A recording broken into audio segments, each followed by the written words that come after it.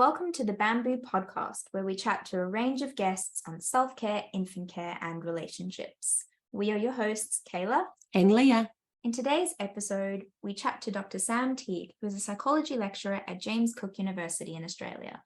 Sam's research explores how technology impacts families and how technology can be used to improve the mental health and well-being of children and parents. Sam completed her PhD at Monash University in 2019, and we were lucky enough to have Sam join us in person for this episode. Sam speaks about attachment, why it's important, and how we can ensure our infants have secure attachment. We discuss fathers and the importance of self-care. We hope you enjoy. Welcome, Sam. We're so excited to have you joining us here in person today on beautiful Bindalun Wulgurukaba country. Could you please introduce us to your research on attachment and bonding? Sure. So I'm Dr. Sam Teague at James Cook University. I'm a lecturer in psychology and I specialise in developmental psychology, which is how children grow and develop over time. And in particularly, I focus on the perinatal period. So that's going from conception to the first 12 months of life. There's a lot of really important developmental aspects that happen in that period of time. So bonding and attachment being big ones, as is perinatal mental health. Broadly, what is attachment and why is this important? Attachment is the innate relational bond that an infant forms to their caregiver. So it's the foundation for children learning how the world works, what trust is, how they can depend on others, how they can regulate their own emotions. That has a really long impact on children across their lifespan. So it becomes the roadmap for relationships with other people. It also becomes their understanding of how much faith they can put in themselves and how to regulate their own feelings. So it's linked to self-esteem, resilience, even academic achievement, and so on. It's a really foundational part, I've said that word a few times now, of children's growth and development, is that initial attachment relationship to the caregiver.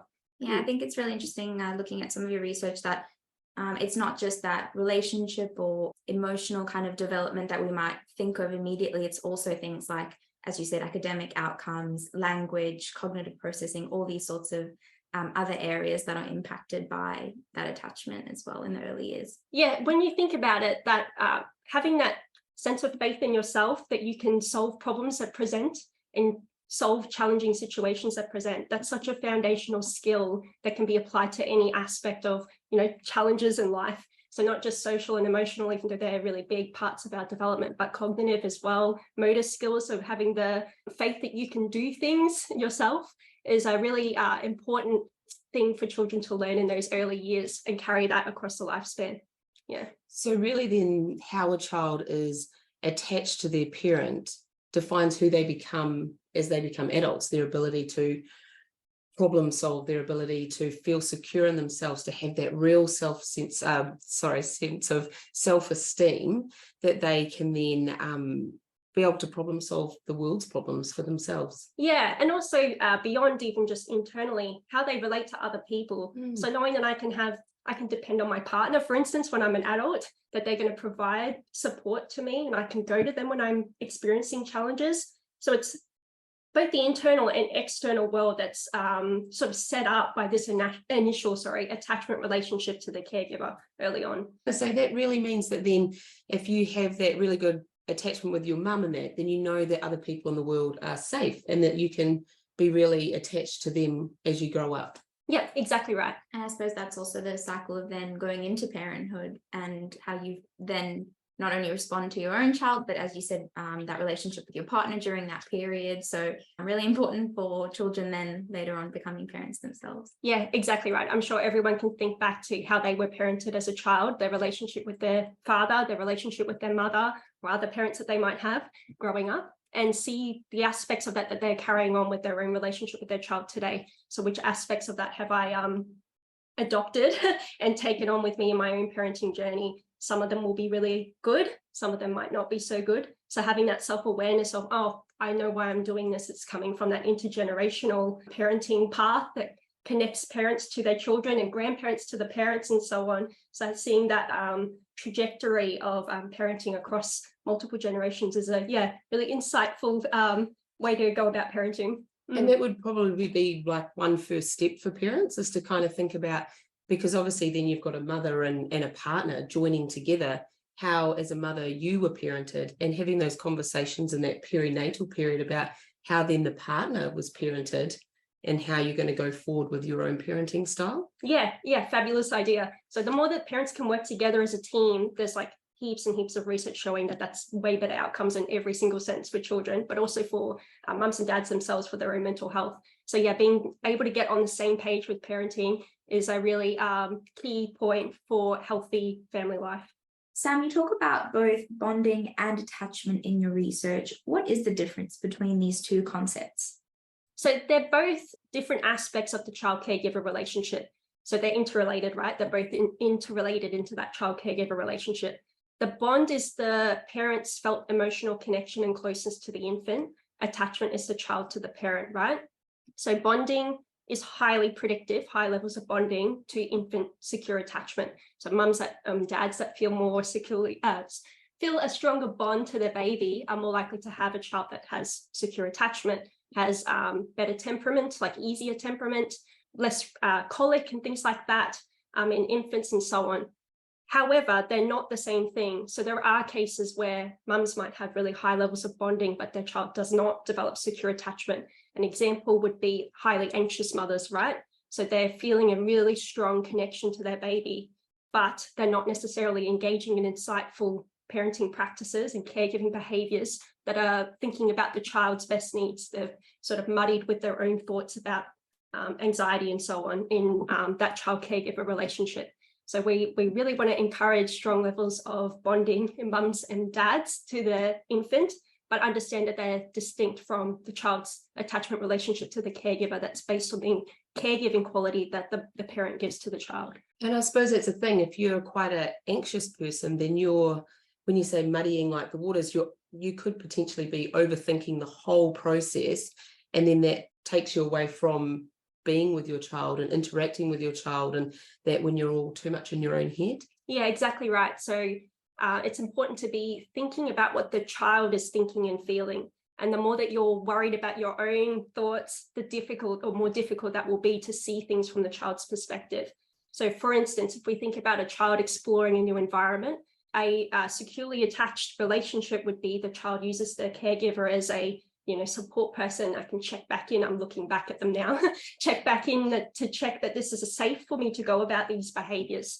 But a super anxious mum might not be able to act in that sort of secure based way to let the child explore the environment, right? So the mum might say, no, you can't go over there. It's too dangerous. You can't look at, overprotective behaviors that don't enable the child to develop that safe level of exploratory behavior. So we can see a strong bond between the mum and the baby in that case, at the expense of, though, potentially the child having their needs met in being able to develop an understanding that the world is a safe place that they can go and explore, and they can get comfort and support when it's needed, not excessively. Yeah. And I think that's a beautiful way to put it, because there's examples of that when you take, like I remember having really small children and I would take them to a park where it's completely enclosed. So I knew that they couldn't go too far, but I could easily sit there, have a coffee, watch them, and know that they could play on that like real child appropriate playground, because it was all made for toddlers, so it was small, and then they could go and explore, but I knew they couldn't get out of that little area. Yes. So they could go and have wander around on the slide and the swings and things like that, but always knowing that I was there watching. Yeah, and having that fear for you removed enables you to then have the space to be more emotionally connecting with them while they're playing, right? So your child might look to you and say, look, mum, look, I'm doing this. And you can go, wow, great job. And providing that emotional connection rather than having the fear of something going wrong all the time strengthens that attachment relationship as well. So the more you can delight in your baby or toddler in this case, the stronger their attachment relationship is. And that's the thing, it was right next to a road, but by having the fence around it, it takes that car aspect out of the process. So then you could actually relax, and everyone could relax and have a good time at the park. The foundation of all mental health is looking after yourself, right? So Sam, for mums who do identify that they are quite anxious, finding locations such as that enclosed park where they can feel more present is obviously an excellent idea. And then having a friend or family member nearby would also provide that additional sense of safety. But what other strategies can parents use to ensure their children do have that secure attachment? It's really important to go to that basic level of self-care. So thinking about things like eating well, exercising, getting enough sleep, and so on, so you can show up in your best form for your child and for yourself, right? Another important strategy you can use is mindfulness practice. So we talk a lot about meditation and other mindful practices that can be regulating your own emotions. So another important part of the attachment relationship is that co-regulation of children's feelings. So the more that you are self-regulated, the better capacity you'll have to regulate somebody else's emotions, or a baby's emotions in this case. So being able to provide comfort and support is easier when you feel confident and supported and secure yourself. And that point too, Kayla, about looking for the people around you to provide support, that's another really critical foundational aspect of healthy mental health.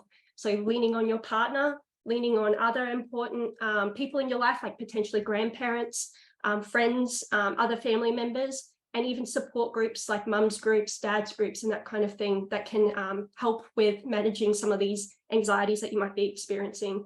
They're all great ways to look after yourself and look after your own anxiety. I think that's beautiful. Like, it's a good way to put it. It's really about filling your own cup so that you feel strong enough to be able to then provide this secure attachment to your child, but gathering your village around you so that you can really feel good in yourself, so that you can do the meditation, the mindfulness, and also really breath work, I think, is an amazing one that gets overlooked, but it's such a kind of small, sharp thing that you can do at any time when you feel those emotions really rising. Yeah, I'm a big fan of yawning and sighing when I feel anxious. That's a really easy way to just bring things down from a peak. So yeah, breath work is great as well. And there are all things you can do while you're in the park in that moment, things you can take into the situation. Which then really bring you back to the present and being back with your child and enjoying that time. Yeah, exactly right.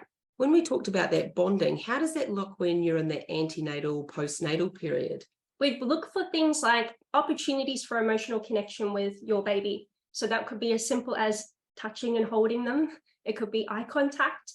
The food for attachment relationships is talking and playing and that kind of interactive behaviors with your baby. So the more you can do that time, that would be amazing.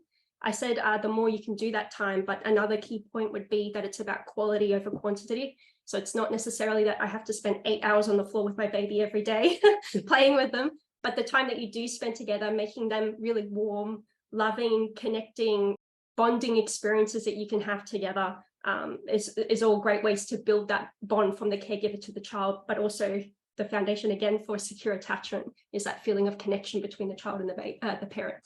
I really love that you pointed out that quality aspect, because I think a lot of parents can have that sort of fear if they have to be in the workplace and maybe another parent is at home and they feel like they don't have that, time to spend multiple hours per day. But that, coming home and spending that quality time is sufficient to have that bond with their children. Yeah, exactly. And babies are resilient too, right? So they can form attachment relationships beyond just a single caregiver. So you might have your primary caregiver in the initial years that you form a really strong connection to, but as they sort of grow and develop beyond that 12-month stage, the more they can rely on things like educators at daycare and so on, other parents, grandparents, and so on, are all people they can build that felt sense of connection to. And does attachment start at birth? When is the sort of starting point? Yeah, so originally the father of attachment theory is John Bowlby in the 50s and 60s, and he conceptualized that it sort of began around 6 months and finished at 12 months, right? He thought it was a fixed sort of period where you had one shot basically to get the pressure. Yeah, a secure attachment to your child to form, right? But the research has since shown that that's not the case. It is malleable, it changes over time. You can form new connections with new caregivers and so on. We can even intervene with attachment-based interventions. So it's not as rigid as what Bowlby originally thought. So most attachment research is conducted kind of around the 12-month stage. That's where children have a really clear strategy for how to deal with the world and deal with their relationship with their caregiver and so on. But early signs of that begin from birth. So we can see really early indicators of what a child's attachment quality will be, even though it's malleable and changing over time. I think that's very reassuring for new parents. Yes. They have a fair bit of time to work on that. And yes, and like I said, there are attachment-based interventions too. So if you feel like this is something that's just not coming naturally and that you want more support, I would recommend the Circle of Security interventions that are operating all around Australia. So there is specialized support for attachment relationships if that's something that you feel like you need. How does secure attachment impact the child's social and emotional development? So we kind of touched on this, but the idea is that it helps children develop their own skills to regulate their emotions. So they develop that internal working model of how they can trust themselves, trust other people, that the world is predictable and safe. And that carries on throughout their social and emotional skill development. So it helps with resilience, self-esteem, their own sense of confidence in themselves. It also helps with sort of utilizing good coping strategies for difficult situations, more so than maladaptive coping strategies. So being able to handle adversity and stress when it comes up and bounce back from that. And then that also carries on through other aspects of children's development, like we mentioned before, like school achievement and so on. For parents, we talked about the bond between the caregiver and the child. That's sort of a reciprocal relationship, right? If I feel that my child loves me, I might feel more bonding towards them. So there's a reciprocal component between the child and the caregiver relationship. It's also protective for parents' mental health. So again, knowing that my child is connected to me, I'm more likely to have better perinatal mental health and their own sense of confidence in their parenting skills and so on. It's all cascading impact across the children's lifespan. If we are aiming for that secure attachment, what can we do? So we've sort of touched on that, but maybe some of those practical strategies. Building a secure attachment is about being responsive in your caregiving, making a predictable and nurturing environment for the child, and having a relationship that's really characterized by warmth and emotional connection. So that can be as easy as holding your baby, smiling at them, looking in their eyes, delighting in them when they're discovering new things. It can also be about thinking about what the child is thinking and feeling in different situations. And you can help them develop those skills by verbalizing that, right? So for instance, if your baby throws a toy away, you could say, "Oh, are you bored of that toy? It looks like maybe you're ready for a new one. Let's go have a look in the box and see what else we've got." So being able to verbalize the thoughts and feelings that they might be having helps to organize that for the child and develop their own skills in that self-regulation space. And then the final point would be about that warmth and connection. So making that emotional connection at the heart of your interactions. So the more you can just have every interaction be as nice and pleasant as possible, the more strength goes into that emotional connection between the child and the parent. I love that. It's about also then helping them with their own emotional literacy in the long run, that you can feel these feelings, like you can feel anger, you can feel happiness, you can feel sad. And that's just a normal everyday part of life, but how you then behave with those feelings. So, if they're bored of the toy, well, let's go and get another one. Oh, look, mum's actually understanding what's going on in my life right now. Yeah. Makes them feel really secure, makes them feel really safe. Yeah. I do love that. It also, though, does lead me to feel like there's a lot of pressure to get secure attachment right. So I'm wondering, what happens if you don't get it right and it goes wrong every now and then? There's a lot of things in that to unpack. Yeah. The first one is that most of the time it does go right. So without any kind of special effort from the parent's part, most children do develop secure attachments. The second part of that is that point about feeling the pressure around parenting. Life is messy and complicated and challenging, and nowhere more so than in parenting. So I think taking some of that pressure off yourself and acknowledging that it's good enough. I don't have to be a perfect parent all the time. There's the two truths that are involved in any situation, right? The first is that I have my child's best interests in heart. The second is I'm going to make mistakes. So being able to keep these two things in mind, not being so hard on yourself, would be important things to aim for, more so than perfect parenting or perfect caregiver relationships and so on. I think another point is too that sometimes bonding isn't instant for parents. So I said before that bonding is something that the parent feels towards the baby. For mums, that's typically in pregnancy when they can feel the baby kicking and they see the baby on the scans and so on. It might not emerge though until after you've had your baby and actually meet them. It might not emerge even with a bit more time after that. Actually, I just wanted to interrupt and think that's a really important point, that if you're a mother that potentially has lost a baby beforehand, you could be scared to be attached to the new baby that's now in your belly. Yeah, that's a fabulous point. And it's a difficult one Yeah. to unpack. But yes, I think But then it doesn't stop there. It can happen after birth. yeah, exactly. So sometimes it takes actually interacting with the baby and building that emotional connection to have an emotional connection to the baby. That's typically the case with dads too. So dads don't often feel that really strong bond until the baby's actually born and you know, moving around in the world and so on. So not being so harsh if things are not instant was a key point I was trying to get across about taking the pressure down a bit. And then having said all of that, as I said before, there are support available specifically for the attachment relationship. So you can go to programs like Circle of Security as a nationwide program. Other ones that would be good is just parenting support groups, so mum groups, dad groups, and that kind of thing, just to feel that things are normal and you can hear what other family life is like, and get sort of a more realistic expectation of just how messy and challenging and daunting and difficult life can be. And what is the point where you would encourage parents to reach out if they do feel that they're not bonding with their child? A key point would be if you're feeling other symptoms of depression, right? So if you're feeling disconnect emotionally, you're feeling really down, you're crying all the time, you're feeling that life is really difficult, like more difficult than what you hear other parents going through and so on. That could be all signs of perinatal depression, and difficulty bonding with the babies is one of the symptoms of that. So if you're feeling that constellation of multiple signs of depression, it would be a good idea to go speak with your GP about that. If as well you're still not feeling a connection after many months, I think it's a really good idea to go seek support again. So that could be from your GP, from a psychologist or some kind of other counsellor, from parenting groups and so on. Reaching out to get support is a really difficult thing to do, but it is, help is there, and it doesn't have to be as difficult as it's feeling now, and you don't have to go it on your own and try and solve it all independently. So having the difficult step of seeking support is a really important thing to do when you need it. Yeah.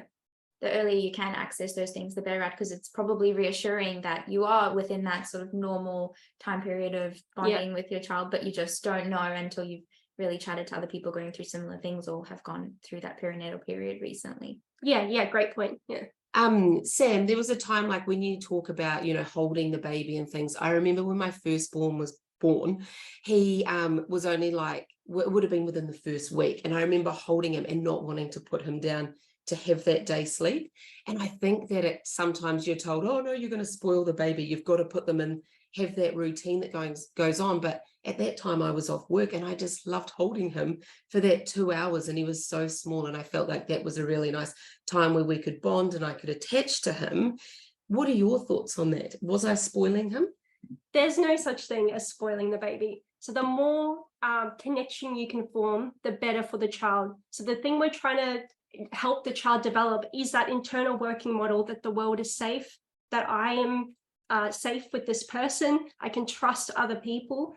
So holding the baby, helping, you know, sleeping with the baby on you, that doesn't harm an attachment relationship at all. From an attachment perspective, that's fabulous. So yes, again, taking the pressure down about good and bad practices, and just making the cornerstone about warmth and connection is my advice for dealing with difficult situations like that. I love that. And really, as a mother or a father, trusting your own instinct with how you want to parent them. Yeah, exactly right. And for most families, it is 100% instinctive practices. The baby forming the bond with the caregiver is a biological evolutionary process that they form to the caregiver to ensure their safety and protection.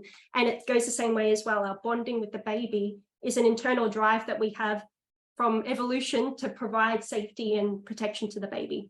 So yes, most of the time your instincts will be right. Beautiful, thank you. So this period is obviously very stressful, as we've briefly discussed, and a very daunting time for new dads. So what are some of the impacts on dads' mental health specifically? The perinatal period is a really high risk period for mums and dads, or women and men. So it's about twice the rate of their normal rates of depression and anxiety in the perinatal period. So for dads, that means 1 in 10 dads experience perinatal depression. It's again getting back to that foundations of looking after yourself. You can't pour from an empty cup. And the dad's role really becomes about supporting both the mum and the baby. So it's a really key cornerstone of that initial family life and the setting up of those relationships. So taking that time to exercise, eat well, sleep well, which is difficult with a newborn, I acknowledge, and trying to manage work at the same time, talking with your partner and being transparent about what you're going through for both parents to get on the same page and strengthen your connection together are all really important steps that mums and dads can do to help both of their mental health. And thinking about, you mentioned, the mums already might starting to feel that bond with their infants during pregnancy because they're feeling the kicks and, it's obviously within their bodies, they're feeling really close physically and then therefore perhaps emotionally, but dads don't experience that. So can we talk a little bit about sort of those normal experiences that it's okay that they maybe only bond after birth or that they feel slightly different than their partner might be feeling during that antenatal period? Yeah, so some of the key issues that dads report is not feeling that instant emotional connection to the baby, but also the dynamic change with their partner of the relationship. So that seems to hit dads in a different way to mums. So mums are quite quick to understand that the dynamic has changed. There's a new baby in the house. This is the way our relationship works now. Whereas I think sometimes dads struggle with that change of where they fit into the family a bit more than mums do. So that's a normal thing if you're experiencing that. A lot of dads also get a lot of anxiety around the perinatal period. So I said it's 1 in 10 dads that experience perinatal depression. It's 1 in 5 for perinatal anxiety. So understanding that that's totally normal to feel anxious. It might manifest in worrying about money excessively because dads feel their role as the breadwinner of the family, particularly in that perinatal period where women have to take time off work to physically recover and so on. So understanding that that kind of pressure is totally normal. And again, I would super strongly suggest dad groups as a place to go and get support with these sort of totally normal, difficult moments in the perinatal period. There's dad groups in person. They're run often by local councils, but there's also online dad groups for anybody who's trying to work out how to access this around work and family life. It can be hard to find time to go to these things. And they're super supportive environments online for dads as well. Yeah, I really loved in one of your articles you were talking about that stress is a normative experience during the perinatal period. So not trying to completely mitigate any stress or anxiety or those are normal feelings that might come up, but just implementing those strategies that can help. Yeah, exactly. And I'll say it one more time, eating well, sleeping, and you cannot be the best version of yourself without that foundational aspect of your well-being, sorted. That's right. And it gives those dads, to know that other dads are actually going through this as well and that the dynamics do change. I was wondering, like for dads, potentially they might be fly in, fly out workers, or they might be with defence and they're away for long periods of time. Different situations could happen. So how do they then improve their attachment with their child? Yeah, it's exactly the same as the strategies that mums can use. So it's about being emotionally available to connect with your baby, understanding again that it's about quality, not quantity. So if you only get 10 minutes a day, making those really good 10 minutes and maximizing the opportunities for warmth and connection in that time. Another idea would be to try and be as involved as you can in the caregiving activities. So strengthening that whole family system by being integrated caregivers rather than distinctly apart. And that could be it. It could be as simple as that at the end of the day, the child needs a bath and you're doing bath time and getting that child prepared for bed so that then together maybe you read a story to the child or just looking at those small things that the child still needs to have dinner, have a bath and, have a story read to them at the end of the day and you then incorporate that into your routine. Yeah, the bath is an excellent example. It's physical connection, it's play, it's all these, it's caregiving, so it's looking after the baby, all of it. That's a fabulous time to look at how you can build that connection with your baby. And thinking about that fly in, fly out or defense parents who are maybe away, phone calls or video calls, is that a helpful way to still support that attachment? Yeah, absolutely. So the American Pediatrics Association has guidelines around infant media use, and the only one they recommend is video time. So video calling, grandparents video calling, parents, anyone that you want to have that relationship with your child that's not physically able to be there. So videos are a great idea. Love that. It's been a beautiful interview. Like, I've learned so much. It's been great. And I've got children that are much older now, but it makes you think about those times when, you know, that you can still be developing that attachment and still have that pressure off, that it doesn't need to happen from the moment that child is born, and then that's them for the rest of their life. Yeah, and attachment behaviors change over time too. So you might start noticing, oh, look, they're checking back with me in a new way now that they've turned 8, now that they've turned 17, and so on. So noticing that pattern of what is this, the purpose of this connection that they're trying to make, and maintaining that over time is, yeah, a great skill to have. Yeah, lovely. Thank you, Sam. We really appreciate you taking the time to join us on the podcast today.